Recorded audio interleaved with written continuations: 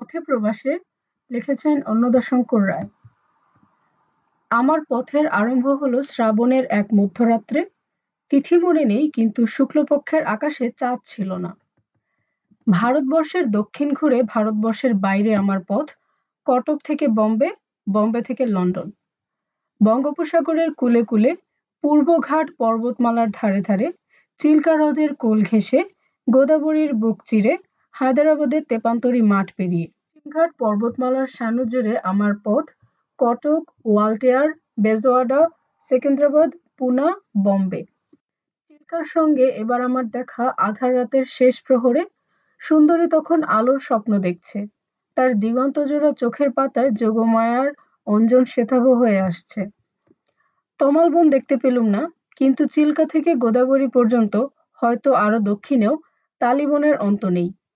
পথের একধারে পাহাড়ের পর পাহাড়, কিন্তু সবকটাই রুক্ষ, গায়ে তরুলতার শ্যাম প্রলেপ নেই, মাথায় নির্ঝরিণীর সরস স্নেহ নেই। পথের অন্যধারে ক্ষেত, কিন্তু বাংলার মতো তরল হরিৎ নয়। প্রকৃতির এই বর্ণকার্পণ্য মানুষ তার পরিচ্ছদের বর্ণবৈচিত্র্য দিয়ে পুষিয়ে দিয়েছে। বিধাতা যেখানে শিল্পী সাজেন না, মানুষকে সেখানে শিল্পী সাজতে হয়। মেয়েরা তো রঙিন ছাড়া পরেই না, পুরুষেরাও রঙিন পরে, এমন দেখতে পেলুম। এ দেশে অবরোধ প্রথা নেই। পথে ঘাটে সুবেশে সুকেশীর সাক্ষাৎ মেলে। সুকেশী কারণ এ দেশের মেয়েরা মাথায় কাপড় দেয় না, বিধবারা ছাড়া। এ দেশের জীবননাট্যে নারীর ভূমিকা নেপথ্য নয়। দক্ষিণ ভারত নারীকে তার জন্মসত্ত্ব থেকে বঞ্চিত না করে পুরুষকে সহজ হবার সুযোগ দিয়েছে। মুক্ত প্রকৃতির কোলে ওয়ার্ডসওয়ার্থ এর লুসি যেমন ফুলের মতো ফুটেছিল, মুক্ত সমাজের কোলে মানুষও তেমনি মাধবীলতার মতো সুন্দর এবং সহকারের মতো সবল হতে হয়। বদ্ধ সমাজের অর্ধজীবী নরনারী এহেন সত্য অস্বীকার করবে জানি, কিন্তু এ দেশের লোককে তর্কের দ্বারা বোঝাতে হবে না যে মানুষ মানে পুরুষ ও মানুষ মানে নারী। নারীকে নিজের কাছে দুর্লভ করে আমরা উত্তর ভারতের লোক নিজেকে চিনতে ভুলেছি, এবং যে আনন্দ আমরা হেলায় হারিয়েছি তার ধারণাও করতে কষ্ট পাচ্ছি। জন্মান্ধের যেমন আলোকবোধ থাকে না, তেমনি আমাদের নারীবোধ নেই। যা আছে তার নাম দিতে পারা যায় কামিনী জননীবোধ। এখন যার নাম হায়দ্রাবাদের নিজাম রাজ্য, আগে তার নাম ছিল গোলকোন্ডা। দেশটি সুদৃশ্য নয়, সুজলা সুফলাও নয়। যতদূর দৃষ্টি যায় কেবলই প্রান্তর, কদাচ কোথাও শৈলগুণ্ঠিত, কদাচ কোথাও শস্যচিত্রিত। মাঝে মাঝে দেখা যায় পাহাড়ের গায়ে দুর্গ। সন্দেহ হয় পাহাড়টাই দুর্গ না দুর্গটাই পাহাড়। সমস্ত দেশটাই যেন একটা বিরাট ঘুমন্ত পুরী। জনপ্রাণী নেই, গাছপালা নেই, পাখি পাখাল নেই। তা বলে হায়দ্রাবাদের লোকসংখ্যা বড় অল্প নয়, প্রায় ১.৫ কোটি। এর পূর্বভাগে তেলেগুদের বাস, পশ্চিম ভাগে মারাঠা ও কানাড়িদের, আর এ দেশের রাজার জাত মুসলমানেরা। রেলে যাদের দেখলুম তাদের বেশিরভাগ মুসলমান। উর্দু জবান জানা থাকলে ভ্রমণের অসুবিধা নেই। কানাড়ি মেয়েদের অবরোধ নেই, তারা পুরুষের সঙ্গে পুরুষেরই মতো কঠিন খাটছে এমন দেখা গেল। পথের ধারে ক্ষেত, কিসের ক্ষেত জানি না, ধানের নয়, জোয়ারের কিংবা বাজরার কিংবা অন্য কিছুর। ২৬ জন পুরুষের মাঝখানে হয়তো একজন মেয়েও খাটছে, লজ্জাশরম নেই। নারী যে কর্মসহচরীও। মহারাষ্ট্র পাহাড় পর্বতের দেশ, বহিঃপ্রকৃতি রুদ্র সুন্দর। নরনারীর চোখে মুখে কমনীয়তা প্রত্যাশা করাই অন্যায়। বেশভূষায় নারী যেন পুরুষের দোসর। মালাবারে যেমন পুরুষেও কাছা দেয় না, মহারাষ্ট্রে তেমনি মেয়ে মানুষেও কাছা দেয়। ফলে পায়ের পশ্চাৎভাগ অনাবৃত ও কটু দেখায়। কিন্তু নারীকে যদি পুরুষের মতো স্বচ্ছন্দে চলাফেরা ও ছুটোছুটি করতে হয়, তবে এছাড়া উপায়ন্তর নেই। আমেরিকায় কর্মী মেয়েরা পায়জামা পরে কাজ করে। মারাঠা মেয়েরা কর্মী প্রকৃতি, তাদের অবরোধ নেই। তরুণীরা পায়ে হেঁটে স্কুল কলেজে যাচ্ছে। বয়স্করা অ্যাটাচি কেস হাতে বাজার করতে বেরিয়েছেন। কত মেয়ে একাকী ট্রামে উঠছে, ট্রেনে বেড়াচ্ছে, ভয় ডর নেই, লজ্জা সংকোচ নেই, পুরুষের সঙ্গে সহজ ব্যবহার। পায়ে বর্মা চটির মতো হালকা খোলা চটি, পরনে নীল বা বেগুনি একটু গাঢ় রঙের ঈষৎ কোঁচা কাছা দেওয়া শাড়ি, পিঠের ওপর একরঙা শাড়ির বহুরঙা আঁচল চওড়া করে বিছানো। মাথায় কাপড় নেই, করবিতে ফুলের পাপড়ি গোজা কিংবা ফুলের মালা গোল করে জড়ানো। হৃষ্টপুষ্ট সুবলোহিত দেহাবয়বে অল্প কয়েকখানা অলংকার, প্রশস্ত সুগোল মুখমণ্ডলে সুপ্রতিভ পুরস্কারের ব্যঞ্জনা, মহারাষ্ট্রের মেয়েদের দেখে মোটের ওপর মহাসম্ভ্রম জাগে। তন্বী ওদের মধ্যে চোখে পড়ল না, কিন্তু পৃথুলাও চোখে পড়ে না। সুস্থ সবল ও সপ্রতিভ বলে এদের অধিকাংশকেই সুশ্রী দেখায়, কিন্তু রমণীয় দেখায় বললে বোধহয় বেশি বলা হয়। এদের চালচলনে চেহারায় পৌরুষের ছায়া পড়েছে বলে এদের নারীত্বের আকর্ষণ কমেছে এমনও বলা যায় না। পুরুষের কাছে নারী যদি কাবুলি পায়জামার উপরে গেরুয়া আলখাল্লা ও গাড়োয়ানি ফ্যাশনের 10 আনা 6 আনা চুলের উপরে চিমনি প্যাটার্নের সিল্ক টুপি পরে, তবু পুরুষের কাছে সে এমনই চিত্তাকর্ষক থাকবে। মারাঠা পুরুষের চোখে মারাঠা মেয়েদের যে অপূর্ব রমণীয় ঠেকে এ তো স্বতঃসিদ্ধ। আমার চোখেও তাদের নারীর মতোই ঠেকেছে। দৃষ্টিকটু বোধ হচ্ছিল কেবল শ্রমিক শ্রেণীর মেয়েগুলিকে। মালকোঁচা মারা পালোয়ানদের বুকে এক টুকরো জামার ওপর ময়লা নীল কাপড় জড়িয়ে বাঁধলে যেমন দেখাতো, এদেরও অনেকটা তেমনই দেখায়। যেমন এদের ভার বহন ক্ষমতা, তেমনি এদের ছুটে চলার ক্ষিপ্রতা। আমাদের অঞ্চলের পুরুষরা পর্যন্ত এদের তুলনায় কুঁড়ে। মারাঠা পুরুষদের বাহুবল সম্বন্ধে যে প্রসিদ্ধি আছে সেটা সত্য নয়, অন্তত আপাত দৃষ্টিতে। এদের মনের বল কিন্তু অসাধারণ।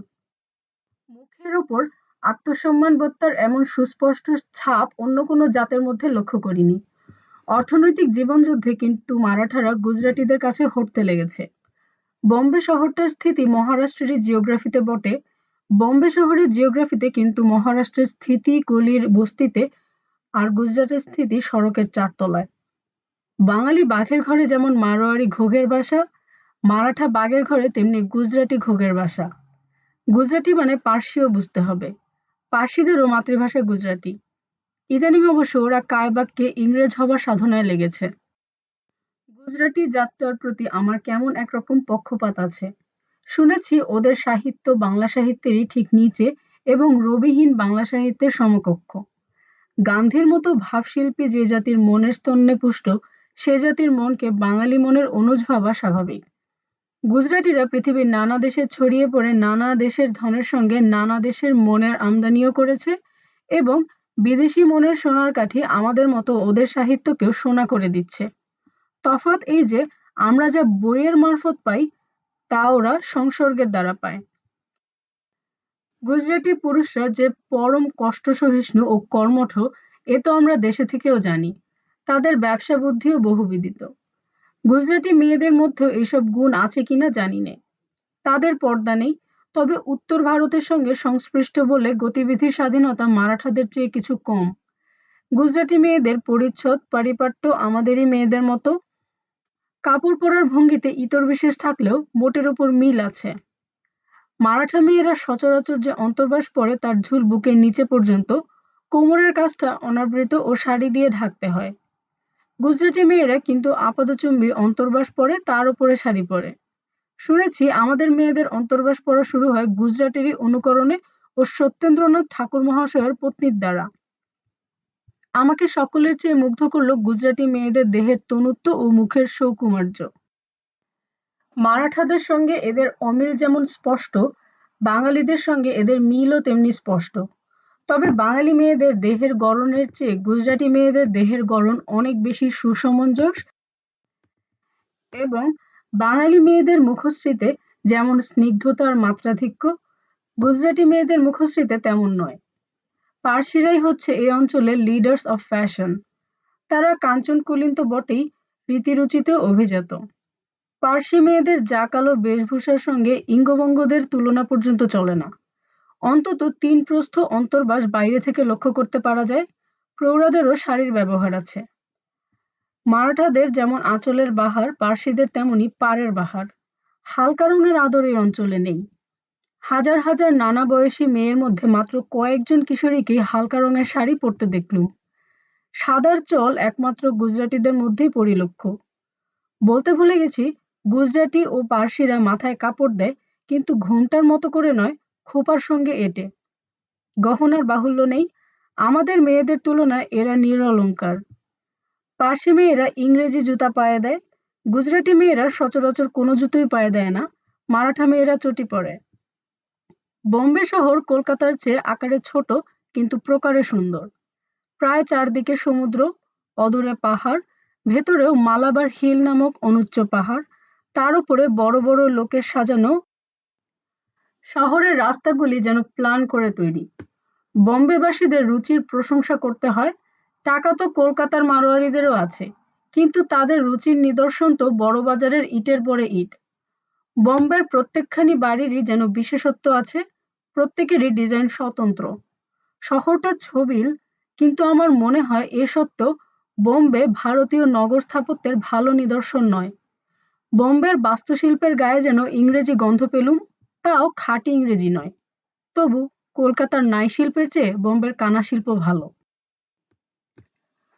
ভারতবর্ষের মাটির ওপর থেকে শেষবারের মতো পা তুলে নিলুম, আর সদ্যজাত শিশুর মতো মায়ের সঙ্গে আমার যোগসূত্র এক মুহূর্তে ছিন্ন হয়ে গেল।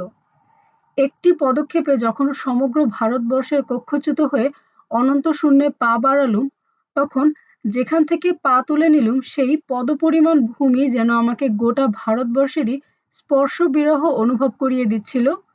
প্রিয়জনের আঙুলের ডগাটুকুর স্পর্শ যেমন প্রিয়জনের দেহের সকল সম্পূর্ণ অংশ অনুভব করিয়ে দেয়, এও যেন তেমনি। জাহাজে উঠে বোম্বে দেখতে যেমন সুন্দর তেমনি করুণ। এত বড় ভারতবর্ষ এসে এতটুকু নগরপ্রান্তে ঠেকেছে, আর কয়েক মুহূর্তে ওটুকুও স্বপ্ন হবে। তখন মনে হবে আরব্য উপন্যাসের প্রদীপটা যেমন বিরাটাকার দৈত্য হয়ে আলাদিনের দৃষ্টি জুড়েছিল, ভারতবর্ষের মানচিত্রখানা তেমনি মাটি, জল, ফুল, পাখি, মানুষ হয়ে আজন্ম আমার চেতনা ছেয়েছিল, এতদিনে আবার যেন মানচিত্রে রূপান্তরিত হয়েছে। আর মানচিত্রে যাকে ভারতবর্ষ ও আফ্রিকার মাঝখানে গোষ্পদের মতো দেখাতো, সেই এখন এখানে হয়েছে পায়ের তলার আরব সাগর। পূর্ব, পশ্চিম, উত্তর, দক্ষিণ কোনো দিকে চক্ষু তার অবধি পায় না। ঢেউগুলো তার অনুচর হয়ে আমাদের জাহাজখানাকে যেন গলা ধাক্কা দিতে দিতে তার চৌকাঠ পার করে দিতে চলেছে। ঋতুটার নাম বর্ষা ঋতু। মনসুনের প্রঞ্জনাভূতি পেয়ে সমুদ্র তার শত সহস্র জিহ্বা লক লক করছে। জাহাজখানাকে একবার এদিকে কাত করে একবার ওদিকে কাত করে যেন ফুটন্ত তেলে পাঁপড়ের মতো উল্টে পাল্টে ভাজছে। জাহাজ টলতে টলতে চলল, আর জাহাজের অধিকাংশ যাত্রী-যাত্রিনী ডেক ছেড়ে শয্যা আশ্রয় গ্রহণ করলেন। অসহ্য সমুদ্র পীড়ায় প্রথম ৩ দিন আচ্ছন্নের মতো কাটল। কারোর সঙ্গে দেখা হবার জো ছিল না, প্রত্যেকেই নিজের নিজের কেবিনে শয্যাশায়ী। মাঝে মাঝে দু একজন সৌভাগ্যবান দেখা দিয়ে আশ্বাসন করেন, ডেকের খবর দিয়ে যান, আর কেবিন স্টুয়ার্ড খাবার দিয়ে যায়। বলা বাহুল্য, জিহ্বা তা গ্রহণ করতে আপত্তি না করলেও উদর তা রক্ষণ করতে অস্বীকার করে। কেবিনে পড়ে পড়ে বমনে ও উপবাসে দিনের পর রাত, রাতের পর দিন এমন দুঃখে কাটে যে কেউ বা ভাবে মরণ হলেই বাঁচি, কেউ বা ভাবে মরতে আর দেরি নেই। জানি নে হরবল্লভের মতো কেউ ভাবে কিনা যে মরে তো গেছি, দুর্গানাম করে কি হবে। সমুদ্রপীড়া যে কি দুঃসহ তা ভুক্তভোগী ছাড়া অপর কেউ ধারণা করতে পারবে না। হাতের কাছে রবীন্দ্রনাথের চয়নিকা, মাথার যন্ত্রণায় অমন লোভনীয় বইও পড়তে ইচ্ছা করে না। ইচ্ছা করে কেবল চুপ করে পড়ে থাকতে, পড়ে পড়ে আকাশ পাতাল ভাবতে। সদ্য দুঃখার্ত কেউ সংকল্প করে ফেললেন যে এডেনে নেমেই দেশে ফিরে যাবেন, সমুদ্রযাত্রার দুর্ভোগ আর সইতে পারবেন না। তাকে স্মরণ করিয়ে দেওয়া হলো এডেন থেকে দেশে ফিরে যেতে চাইলেও উটের পিঠে চড়ে মরুভূমি পেরিয়ে পারস্যের ভেতর দিয়ে ফেরবার যখন উপায় নেই, তখন ফিরতে হবে সমুদ্রপথেই। আমরা অনেকেই কিন্তু ঠিক করে ফেললুম মার্সেলসে নেমে প্যারিসের পথে লন্ডন যাব। আরব সাগরের পরে যখন লোহিত সাগরে পড়লুম, তখন সমুদ্রপীড়া বাসি হয়ে গেছে। আফ্রিকা আরবের মধ্যবর্তী এই হ্রদতুল্য সমুদ্রটি দুর্দান্ত নয়, জাহাজে থেকে থেকে জাহাজটার ওপর মায়াও পড়ে গেছে। তখন না মনে পড়ছে দেশকে, না ধারণা করতে পারা যাচ্ছে বিদেশকে। কোথা থেকে এসেছি ভুলে গেছি, কোথায় যাচ্ছি বুঝতে পারছি নে। তখন গতির আনন্দে কেবল ভেসে চলতেই ইচ্ছে করে, কোথাও থামবার বা নামবার সংকল্প দূর হয়ে যায়। বিগত ও আগতের ভাবনা না ভেবে উপস্থিতের উপর দৃষ্টি ফেললুম। আপাতত আমাদের এই ভাসমান পান্থশালাটায় মন ন্যস্ত করলুম। খাওয়া, শোয়া, লেখাপড়া, গল্প করার যেমন বন্দোবস্ত যে কোনো বড় হোটেলে থাকে, এখানেও তেমনি। কেবল কেবিনগুলো যে যথেষ্ট বড় নয়। কেবিনে শুয়ে থেকে সিন্ধু জননীর দোল খেয়ে মনে হয় খোকাদের মতো দোলনায় শুয়ে দুলছি। সমুদ্রপীড়া যেই সারল, কেবিনের সঙ্গে আমাদের সম্পর্ক অমনি কমল। শোবার সময়টা ছাড়া বাকি সময়টা আমরা ডেকে কিংবা বসবার ঘরে কাটাতুম। ডেকে চেয়ার ফেলে বসে কিংবা পায়চারি করতে করতে সমুদ্র দেখে দেখে চোখ শ্রান্ত হয়ে যায়। চারদিকে জল আর জল, তাও নিস্তরঙ্গ। কেবল জাহাজের আশেপাশে ছাড়া ঢেউয়ের অস্তিত্ব নেই। যা আছে তা বাতাসের সোহাগ চুম্বনে জলের হৃদয় স্পন্দন। বসবার ঘরে অর্ধশায়িত থেকে খোশগল্প করতে এর চেয়ে অনেক ভালো লাগে। লোহিত সাগরের পরে ভূমধ্য সাগর, দুইয়ের মাঝখানে যেন একটি সেতু ছিল, নাম সুয়েজ যোজক। এই যোজকের ঘটকালিতে এশিয়া এসে আফ্রিকার হাত ধরেছিল। সম্প্রতি হাতের জোর খুলে দুই মহাদেশের মাঝখানে বিয়োগ ঘটিয়ে দেওয়া হয়েছে। যার দ্বারা তা ঘটল তার নাম সুয়েজ ক্যানেল। সুয়েজ ক্যানেল একদিকে বিচ্ছেদ ঘটালো বটে, কিন্তু অন্যদিকে মিলন ঘটালো। লোহিতের সঙ্গে ভূমধ্যের মিলন যেন ভারতের সঙ্গে ইউরোপের মিলন। কলম্বাস যা পারেননি, লেসেপ্স তা পারলেন। ভূমধ্য ও লোহিতের মধ্যে কয়েক শত মাইলের ব্যবধান। ওইটুকুর জন্য ভূমধ্যের জাহাজকে লোহিতে আসতে বহু সহস্র মাইল ঘুরে আসতে হতো। মিশরের রাজারা কোন যুগ থেকে এর প্রতিকারের উপায় খুঁজছিলেন। উপায়টা দেখতে গেলে সুবোধ্য। ভূমধ্য ও লোহিতের মধ্যবর্তী ভূখণ্ডটাতে গোটা কয়েক হ্রদ চিরকালই আছে। এই হ্রদগুলোকে দুই সমুদ্রের সঙ্গে সংযুক্ত করে দিলেই সেই জলপথ দিয়ে এক সমুদ্রের জাহাজ অন্য সমুদ্রে যেতে পায়। কল্পনাটা অনেক কাল আগের, কিন্তু সেটা কার্যে পরিণত হতে হতে গত শতাব্দীর 2/3 অতিবাহিত হয়ে গেল। ক্যানেলটিতে কলাকুশলতা কি পরিমাণ আছে তা স্থপতিরাই জানেন, কিন্তু অব্যবসায়ী আমরা জানি যার প্রতিভার স্পর্শমণি লেগে একটা বিরাট কল্পনা একটা বিরাট কীর্তিতে রূপান্তরিত হলো, সেই ফরাসি স্থপতি লেসেপ্স একজন বিশ্বকর্মা। তার সৃষ্টি দূরকে নিকটে এনে মানুষের পরিচয় ঘনিষ্ঠতর করেছে। যান্ত্রিক সভ্যতার শত অপরাধ যারা নিত্য স্মরণ করেন, এই ভেবে তারা একটি অপরাধ মার্জনা করেন। সুয়েজ ক্যানেল আমাদের দেশের যে কোনো ছোট নদীর মতোই অপ্রশস্ত। এতে বড়জোর দুখানা জাহাজ পাশাপাশি আসা যাওয়া করতে পারে। কিন্তু ক্যানেল যেখানে হ্রদে পড়েছে সেখানে এমন সংকীর্ণতা নেই। ক্যানেলটির শুরু থেকে শেষ পর্যন্ত একটি দিকে নানান রকমের গাছ, যত্ন করে লাগানো, যত্ন করে রক্ষিত। অন্যদিকে ধু ধু করা মাঠ, শ্যামলতার আভাসটুকুও নেই। ক্যানেলের দুই দিকেই পাথরের পাহাড়, যেদিকে মিশর সেই দিকেই বেশি। এই পাহাড়গুলিতে যেন জাদু আছে। দেখলে মনে হয় যেন কোনো কিউবিস্ট এদের আপন খেয়াল মতো জ্যামিতিক আকার দিয়েছে আর এক একটা পাথর কুঁদে গড়েছে। ক্যানেলটি যেখানে ভূমধ্যসাগরে পড়েছে সেখানে একটি শহর দাঁড়িয়ে গেছে, নাম পোর্ট সৈয়দ। জাহাজ থেকে নেমে শহরটায় বেরিয়ে আসা গেল। শহরটার বাড়িঘর ও রাস্তাঘাট ফরাসি প্রভাবে সাক্ষ্য দেয়। ক্যাফেতে খাবার সময় ফুটপাতের ওপর বসে খেতে হয়, রাস্তায় চলবার সময় ডান দিক ধরে চলতে হয়। পোর্ট সৈয়দ হলো নানা জাতের নানা দেশের মুসাফিরদের তীর্থস্থল, কাজেই সেখানে তীর্থের কাকের সংখ্যা নেই। ফাঁক পেলে একজনের ট্যাক্রের টাকা আরেকজনের ট্যাকে ওঠে। পোর্ট সৈয়দ মিশরের অঙ্গ। মিশর প্রায় স্বাধীন দেশ। ইউরোপের এত কাছে বলে ও নানা জাতের পথিক কেন্দ্র বলে মিশরীরা ইউরোপীয়দের সঙ্গে বেশি মিশতে পেরেছে, তাদের বেশি অনুকরণ করতে শিখেছে। তাতে দেশে অনায়াসে যাওয়া আসা করতে পারছে। ফলে ইউরোপীয়দের প্রতি তাদের অপরিচয়ের ভীতি বা অতিপরিচয়ের অবজ্ঞা নেই। ইউরোপীয়দের স্বাধীন মনোবৃত্তি তাদের সমাজে ও রাষ্ট্রে সঞ্চারিত হয়েছে। পোর্ট সৈয়দ ছেড়ে আমরা ভূমধ্যসাগরে পড়লুম। শান্তশিষ্ট বলে ভূমধ্যসাগরের সুনাম আছে। প্রথম দিন কতক চতুর ব্যবসাদারের মতো ভূমধ্যসাগর honesty is the best policy করলে, কিন্তু শেষ পর্যন্ত ভদ্রতা রক্ষা করলে না। আর একবার করে কেউ একজন শয্যাশায়ী হলেন। অধিকাংশকে মার্সেলসে নামতেই হলো। পোর্ট সৈয়দ থেকে মার্সেলস পর্যন্ত জল ছাড়াও দুটি দৃশ্য ছাড়া দেখবার আর কিছু নেই। প্রথমটি ইটালি ও সিসিলির মাঝখানে মেসিনা প্রণালী দিয়ে যাবার সময় দুই ধারের পাহাড়ের সারি। দ্বিতীয়, স্ট্রমব্লি আগ্নেয়গিরির কাছ দিয়ে যাবার সময় পাহাড়ের বুকে রাবণের চিতা। মার্সেলস ভূমধ্যসাগরের সেরা বন্দর ও ফরাসিদের দ্বিতীয় বড় শহর। ইতিহাসে এর নাম আছে বন্দে মাতরম। লা মার্সাই এই নগরেই জন্ম। কাব্যে এ অঞ্চলের নাম আছে ফরাসি সহজিয়া কবিদের প্রিয় ভূমি, এই সেই প্রোভেন্স। বসন্ত যেখানে দীর্ঘস্থায়ী ও জ্যোৎস্না যেখানে স্বচ্ছ। এর পূর্ব দিকে সমুদ্রের কূলে কূলে ছোট ছোট অসংখ্য গ্রাম। সেই সব গ্রামে গ্রীষ্মযাপন করতে পৃথিবীর সব দেশের লোক আসে। বান্দল নামের তেমনি একটি গ্রামে আমরা একটি দুপুর কাটালুম। মোটরে করে পাহাড়ের পর পাহাড় পেরিয়ে সেখানে যেতে হয়। পাহাড়ের ওপর থেকে মার্সেলসকে দেখলে মনে হয় যেন সমুদ্র তাকে সাপের মতো ৭ পাকে জড়িয়ে রেখেছে। মার্সেলস শহরটাও পাহাড় কেটে তৈরি। ওর একটা রাস্তার সঙ্গে আরেকটা রাস্তা সমতল নয়। কোনো রাস্তায় ট্রামে করে যেতে ডান দিকে মোড় ফিরলে একবারে রসাতল। কোনো রাস্তায় চলতে চলতে বাঁ দিকে বেঁকে গেলে সামনে যেন স্বর্গের সিঁড়ি। মার্সেলসের অনেক রাস্তার দুধারে গাছের সারি ও তার উপরে ফুটপাত। মার্সেলস থেকে প্যারিসের রেলপথে রাত কাটল। প্যারিস থেকে রেলপথে ক্যালে, ক্যালে থেকে জলপথে ডোভার এবং ডোভার থেকে রেলপথে লন্ডন।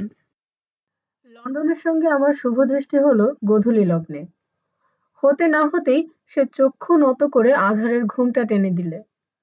প্রথম পরিচয়ের কুমার বিস্ময় গোড়াতেই ব্যাহত হয়ে যখন অধীর হয়ে উঠল, তখন মনকে বোঝালুম এখন এ তো আমারই, আবরণের দিনে দিনে খুলব। পরের দিন সকালে উঠে দেখি আকাশ কলের ধোঁয়ায় মুখ কালো করে ছিচকাদুনে ছেলের মতো যখন তখন চোখের জল ঝরাচ্ছে। সূর্যদেবের ঠিক ঠিকানা নেই।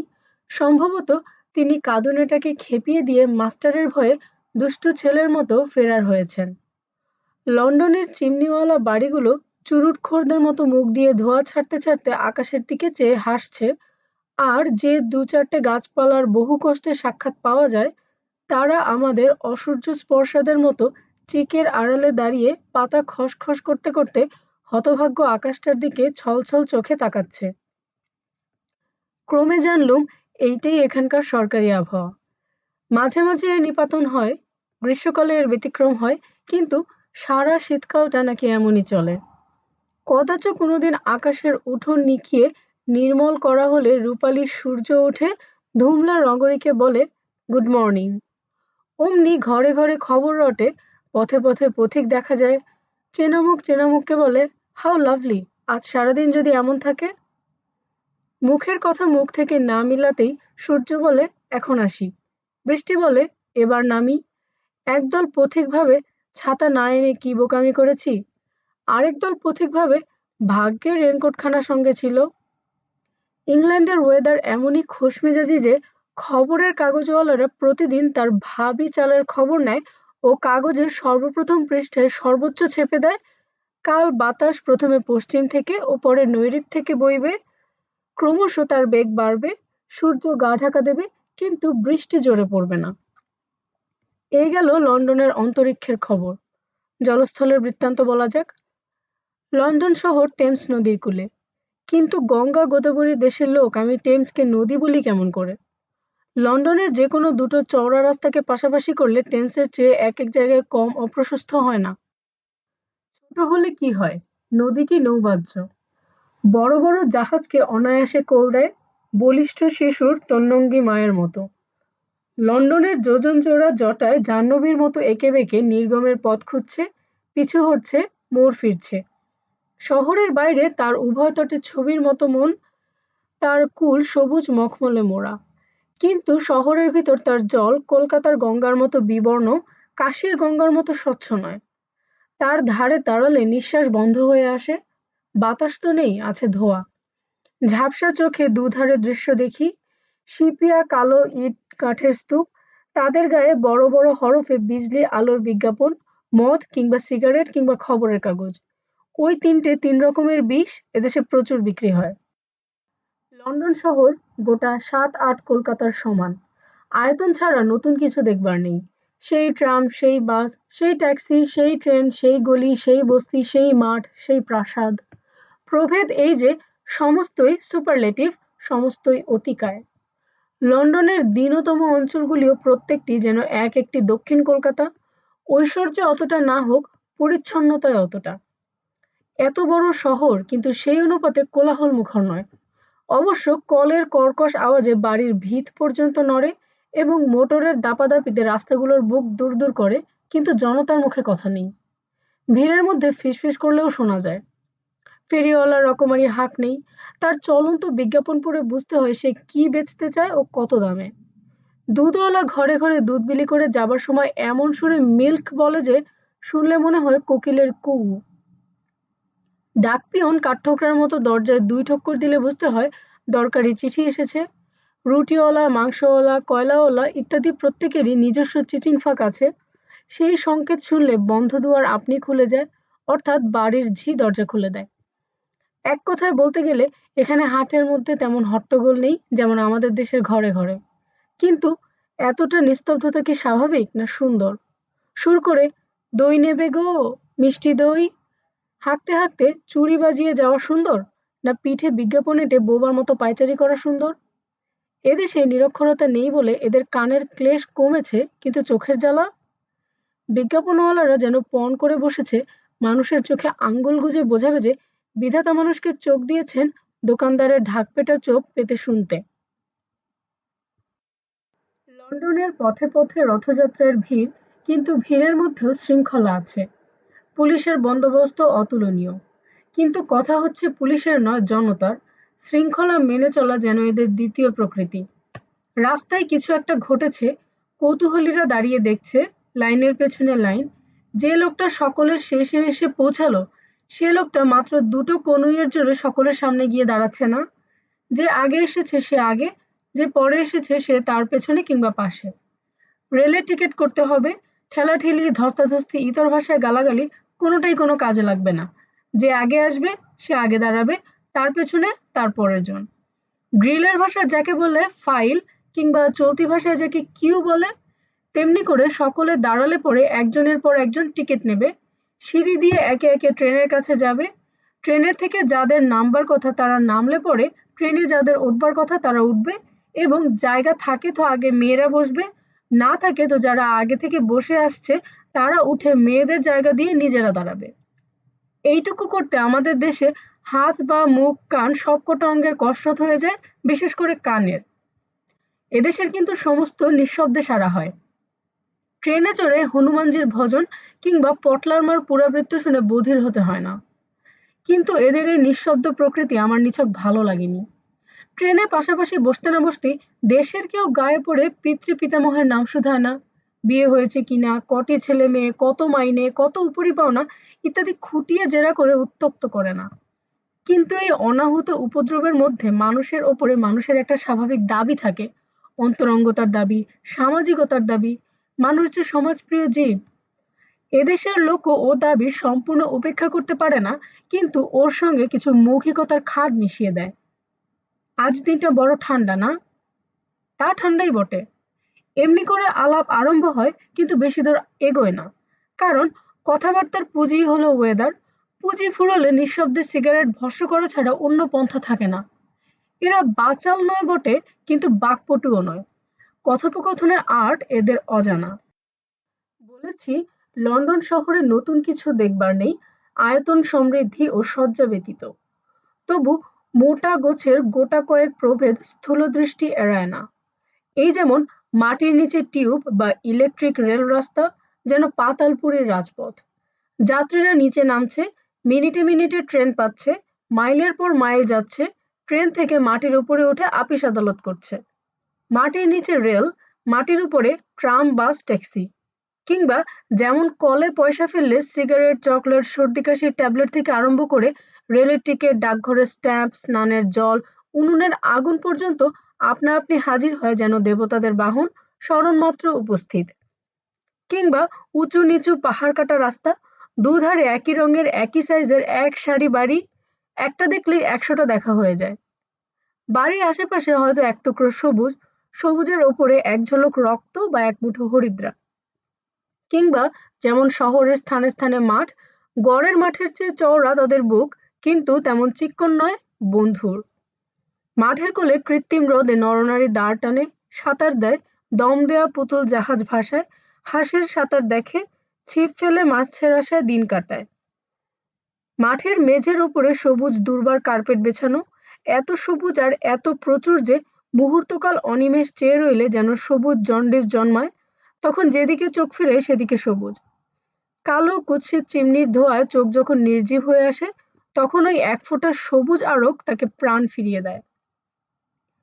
লন্ডনের উপবনগুলি নানা জাতের গাছপালায় গহন, গাছেদের মাথায় সোনালি চুল। দুঃখের কথা, এদেশের ফুলে গন্ধ নেই, গুণ নেই, রূপ আছে, ফুল নয়তো ফুলবাবু। তাই হাওয়া ফুলের গন্ধে বেহুশ হয় না, রাত ফুলের গন্ধে উতলা হয় না, মানুষের একটা ইন্দ্রিয় বুভুক্ষ থেকে যায়। মাঠ বা পার্কগুলি এদের ন্যাশনাল প্লেগ্রাউন্ড। সেখানে ছোট ছেলেরা গাছে ওঠে, ছোট মেয়েরা বল নাচায়, কিশোরেরা ঘুড়ি ওড়ায়, কিশোরীরা বাজি রেখে দৌড়ায়, যুবক যুবতীরা টেনিস খেলে, বৃদ্ধেরা বসে বসে ঝিমায়, বৃদ্ধারা কুকুরের শিকল হাতে টুকটুক করে হাঁটে। সেখানে খোকাবাবুরা খুকুমণিরা ঠেলাগাড়িতে চড়ে দিগ্বিজিয়ে বাহির হন, মায়েরা ঠেলতে ঠেলতে চলেন ও চেনা মুখ দেখলে ফিক করে হেসে দুটো কথা কয়ে নেন। বাবারা সময় করে উঠতে পারলে খোকা খুকুর সফরে মায়েদের সহগামী হন এবং সেখানে যুগলের দল আড়াল বুঝে আধার খুঁজে সবার আঁখি এড়ায়। মাঠ বা পার্কগুলিতে যতক্ষণ থাকা যায় ততক্ষণ বুঝতেই পারা যায় না যে লন্ডনের ভেতরে আছি। জনসমুদ্রের মাঝখানে এগুলি এক একটি দ্বীপ, দ্বীপের চারধারে ঢেউয়ের ওপর ঢেউ ভেঙে পড়ছে, সেখানে অনন্ত কলরল। কিন্তু দ্বীপের কেন্দ্রস্থলে তার প্রতিধ্বনি পৌঁছায় না। তার দুঃস্বপ্ন মিলিয়ে আসে সবুজ আসন পেতে মাটি বলে একটু বসো, সোনালি চামর দুলিয়ে গাছেরা বলে একটু জিরিয়ে নাও। কিন্তু লন্ডনের মানুষকে শান্তির মন্ত্রে বশ মানানো যায় না, দুদণ্ড সে স্থির হয়ে বসতে চায় না। উদ্ভিদের মতো স্থাবর হতে তার আপত্তি, সে জন্ম যাযাবর। কাজ আর অকাজ তাকে নানান সুরে ডাকে, তার ব্যস্ততার ইয়ত্তা নেই। যেখানে সে আপিস করতে, শেয়ার কিনতে, টাকা রাখতে যায় সেটার নাম সিটি। প্রায় ১,০০০ বছর আগে তাকে নিয়ে লন্ডনের পত্তন হয়। সিটির পশ্চিম দিকে ওয়েস্ট এন্ড। সে অঞ্চলে লোকে বাজার করতে, আমোদ করতে, আহার করতে যায়। সেখানে বড় বড় দোকান, বড় বড় হোটেল, বড় বড় ক্লাব, বড় বড় থিয়েটার, সিনেমা, নাচঘর, কনসার্ট হল, চিত্রাগার, মিউজিয়াম, প্রদর্শনী। সিটিতে বড় কেউ বাস করে না, ওয়েস্ট এন্ডে ধনীরা বাস করেন। দরিদ্রের জন্য ইস্ট এন্ড আর মধ্যবিত্তদের জন্য শহরতলিগুলো। এগুলি মোটের উপর নিরালা, স্বাস্থ্যকর ও সুবিন্যস্ত। আমার আক্ষেপ কেবল এই যে এদের নগর কল্পনায় বিশিষ্টতার স্থান নেই। সবটা জুড়েছে ইউটিলিটি বা প্রয়োজনীয়তা। সুবিধা, স্বাচ্ছন্দ্য ও সৌষ্ঠব কার না দরকার, কিন্তু সেই দরকারটাই চরম হলো, সৌন্দর্য হলো অবান্তর। তাই দেখি প্রশস্ত পরিচ্ছন্ন বাঁধানো পথঘাট, বাতায়নবহুল উপকরণাঢ্য পরিপাটি বাড়িঘর, কিন্তু রাস্তার সবকটা বাড়ি একই ধাঁচের, একেবারে হুবহু এক, যেন ছাঁচে ঢালা শীষের টাইপ। এরা সৈনিক নাবিকের জাত, কচি বয়স থেকে ড্রিল করতে অভ্যস্ত, সারি বেঁধে গির্জায় যায়, সারি বেঁধে স্কুল থেকে ফেরে, এদের চালে চলনে উঠতে বসতে ড্রিল। তাই এদের ঘরবাড়িগুলো পর্যন্ত লাইন বেঁধে পরস্পরের সঙ্গে সমান ব্যবধান রেখে অ্যাটেনশনের ভঙ্গিতে খাড়া। তাদের সকলের গায়ে ইউনিফর্ম, তার একই মাপ, একই রং, একই রেখা, একই গড়ন। চোখের ক্ষুধায় ক্ষুধার্ত হয়ে তাকাই আর ক্ষোভে নৈরাশ্যে মরিয়া হয়ে উঠি।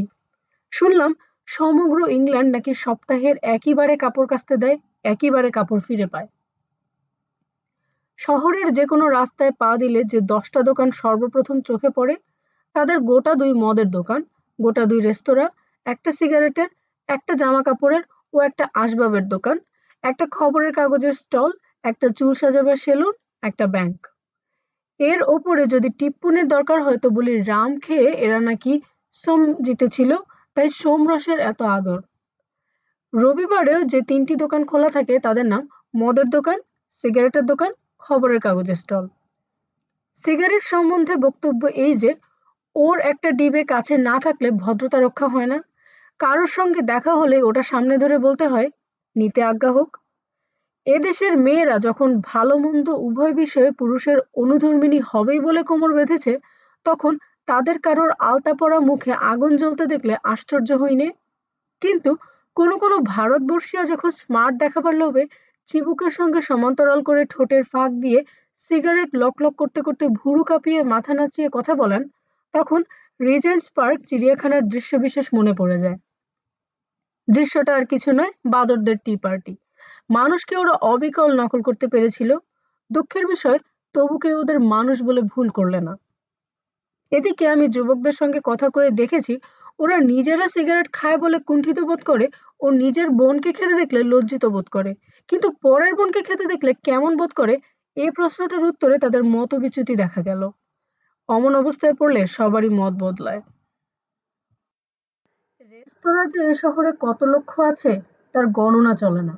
আহারের জন্য রেস্তোরাঁ, নিদ্রার জন্য ফ্ল্যাট বা রুমস, সাধারণ গৃহস্থের জন্য এই হচ্ছে এখানকার ব্যবস্থা।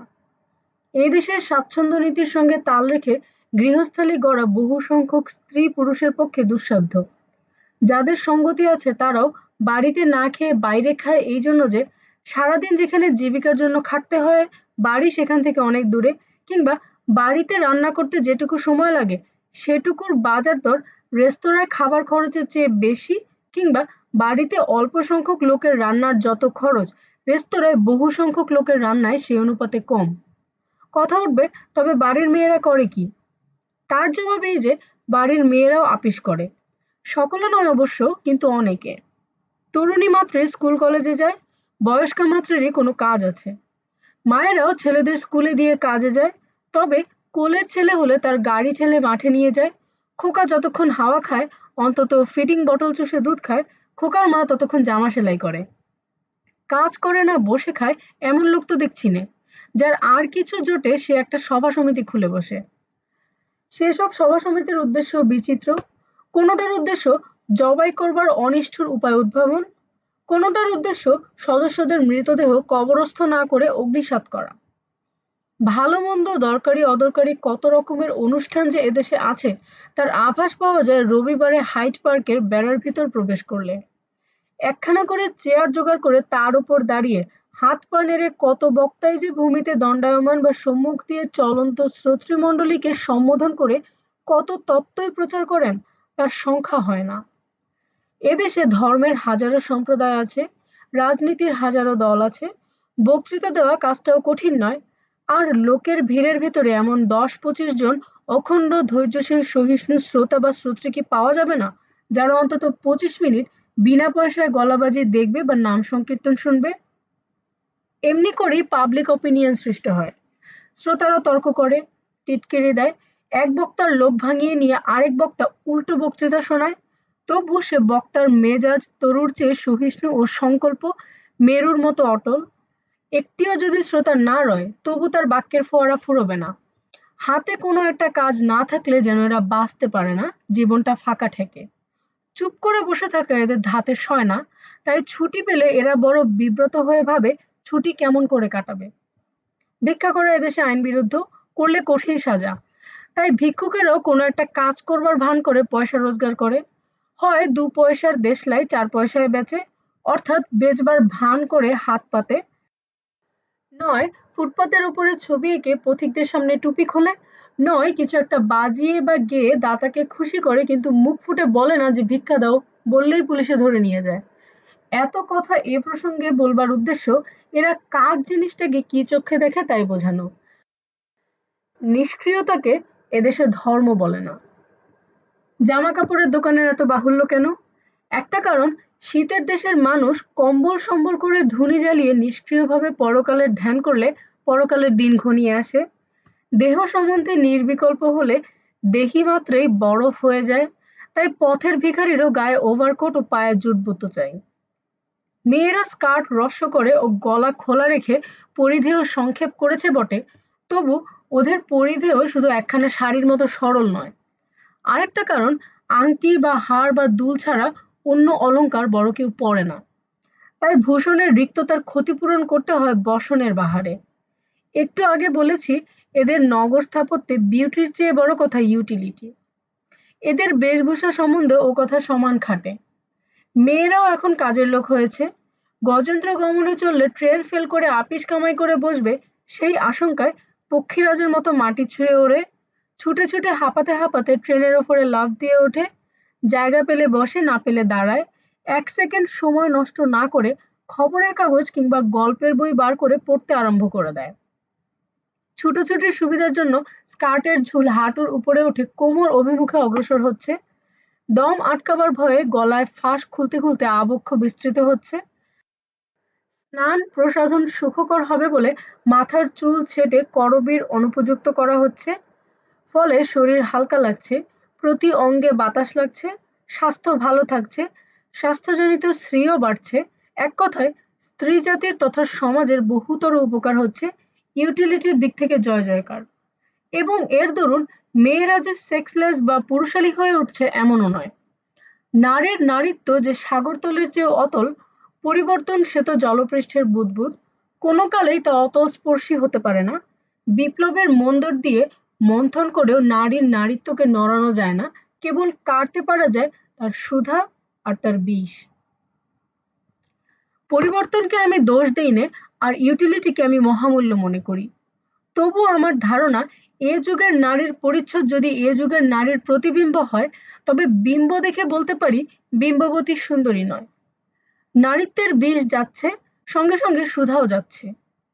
পরিচ্ছদকে উপলক্ষ করে এত কথা বলবার অভিপ্রায়, পরিচ্ছদ তো কেবল নগ্নতার আচ্ছাদন বা শীত বর্ষার বর্ম নয় যে তার প্রয়োজনীয়তাই তার পক্ষে চূড়ান্ত হবে। পরিচ্ছদ যে দেহেরই সম্প্রসারণ, দেহেরই বহির্বিকাশ, দেহের চারপাশে সৌন্দর্যের পরিমণ্ডল। এরা জীবনকে ব্যস্ততায় ভরে এমন সংক্ষিপ্ত করে আনছে যে মানুষের মনের আর সে অবসর নেই, যে অবসর নইলে মানুষ নিজের পরিমণ্ডল নিজে রচনা করতে পারে না। তখন ডাক পড়ে পোশাক বিক্রেতার আপিসের পোশাক ডিজাইনারকে এবং পোশাক বিক্রেতার দোকানের ম্যানিকিনদের। গণতন্ত্রের বিবেক বন্ধক দেওয়া হয়েছে মন্ত্রিমণ্ডলীর কাছে, আর গণতন্ত্রের রুচি বন্ধক দেওয়া হয়েছে লার্জ স্কেল ম্যানুফ্যাকচারওয়ালাদের কাছে। যখন দেখি আজানুলম্বিত আলখেল্লার মতো লোমশ ওভারকোটের অন্তরালে নারীদেহের কন্ট্যুর বা রেখাভঙ্গি ঢাকা পড়েছে, দেখা যাচ্ছে কেবল কচ্ছপের খোলার ভেতর থেকে বার করা আজানু উন্মুক্ত পা দুটি আর টুপির দ্বারা রাহুগ্রস্ত মুখটি, তখন মনে হয় যেন দুটি চলন্ত স্তম্ভের উপরে কালো বা মেটে রঙের একটি বস্তা উপুড় করা হয়েছে। সেই বস্তার পৃষ্ঠভাগ একেবারে প্লেন, তার কোথাও একটা রেখা বা একটা বন্ধনী নেই। কোটির স্থিতি যে কোনখানে আর পরিধি যে কতখানি তা অনুমান করে নিতে হয়। পুরুষের পোশাক সম্বন্ধে কিছু না বলাই ভালো, কারণ পুরুষ চিরকাল কাজের লোক। সে যে ইউটিলিটি ছাড়া অন্য কিছু বোঝে এত বড় প্রত্যাশা তার কাছে করা যায় না। মজার কথা এই যে নারীর পোশাক যত সরল হচ্ছে, পুরুষের পোশাক তত জটিল হচ্ছে। তার আপাদমস্তক পোশাক দিয়ে মোড়া, সে পোশাকের স্তরের পর স্তর, আন্ডারওয়্যারের উপরে আন্ডারওয়্যার, কোটের উপরে ওভারকোট, জুতোর উপরে জুতো, মোজার স্পাট, টাই কলারের উপরে মাফলার। শীতের দেশের লোককে বিছানা পুরু করবার জন্য লেপ কম্বলের বহুল আয়োজন করতে হয়, আর ইউরোপীয় পরিচ্ছদ পরে মেঝের ওপরে শোয়া বসা চলে না বলে খাট পালঙ্ক কোচ সোফা চেয়ার টেবিল দরকার হয়। এছাড়া কাপড় রাখবার ওয়ার্ড্রব, খাবার রাখবার কাবার্ড, হাত মুখ ধোবার সরঞ্জাম, প্রসাধনের আয়না দেরাজ, রান্নার স্টোভ, ঘর গরম রাখবার অগ্নিস্থলী ইত্যাদি গরিব দুঃখীরও চাই। দেশে আমাদের বাড়ির ঝি বারান্দায় ছেঁড়া মাদুর পেতে গায়ে ছেঁড়া কম্বল জড়িয়ে শীতের দিনে ঘুঁটের আগুন পোহায়।